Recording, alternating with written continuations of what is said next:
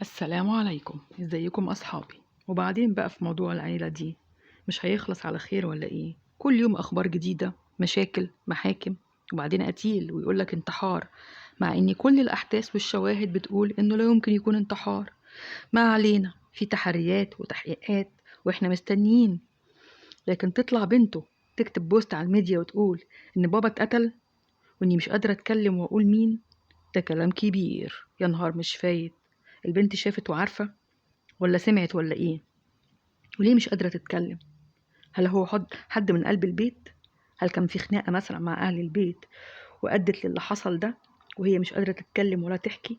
البنت بتقول بيسكتوني، مش عايزني أتكلم وأحكي. يا نهار أبيض، البنت كمان بتقول أنا عارفة كل حاجة، ويا ترى بس أنا لوحدي اللي عارفة ولا في حد كمان عارف؟ الكلام كده راح يا جماعة في حتة تانية خالص. يا نهار مش فايت، يخرب بيت الفلوس اللي دمرت العيلة ودمرت الأسرة بحالها. ربنا يصبرهم ويظهر الحقيقة على خير. كنت معاكم أنا همسة، ادعموني بلايك وسبسكرايب عشان القناة تكبر. شكرا ليكم.